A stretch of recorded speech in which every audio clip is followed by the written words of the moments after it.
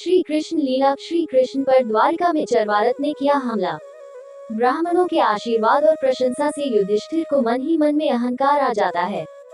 युधिष्ठिर अपने दान धर्म को निस्वार्थ बताते हैं, तभी एक नेवला वहां आ जाता है जिसका शरीर आधा सोने का होता है और युधिष्ठिर को बताता है कि यह यज्ञ महान नहीं है।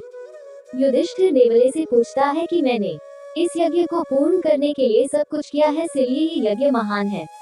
वह नेवला राजा युधिष्ठिर को बताता है कि यदि आपका ये यज्ञ महान होता तो मेरा सारा शरीर सोने का हो जाता।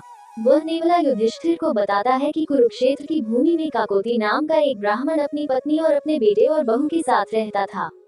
वह अपने द्वार पर आने वाले किसी भी याचक को खाली हाथ नहीं लौटता था। कुछ वर्षों बाद उस ब्राह्मण एक दरिद्र समय आ जाता है और जैसे तैसे करके काकोती अपने परिवार के लिए थोड़ा अनाज खेत से ले आता है, जिसे वो खाने के लिए पका लेते हैं और जी ही खाने बैठते हैं तो उनके द्वार पर भिक्षुक आ जाता है और उनसे भोजन मांगता है। काकोती उस ब्राह्मण को अपने घर में बुलाता है और अपना भोजन उस ब्राह्मण को दे देता है। जब उसका पेट नहीं भरता तो काकोती की पत्नी अपने हिस्से का भोजन भी ब्राह्मण को देने के लिए दे देती है। भूखे ब्राह्मण को काकोती अपने हिस्से का सारा भोजन दे देते हैं। वह ब्राह्मण जब ये देखता है तो खड़ा हो जाता है और अपने असली रूप में आता है, जो स्वयं काल थे और उनकी परीक्षा लेने के लिए आए थे, जिससे खुश होकर स्वर्ग में उन्हें स्थान मिल जाता है। वह नेवला भी वही था और ये सब होते देख रहा था। वह बचे हुए भोजन को खाता है और उसके खाते ही उसका आधा शरीर सोने का हो जाता है।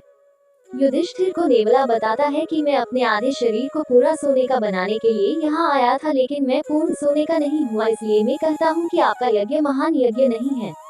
आपको भी अहंकार है, इसलिए मेरा शरीर सोने का नहीं बना। युधिष्ठिर का अहंकार टूट जाता है और वह श्री कृष्ण से क्षमा मांगता है।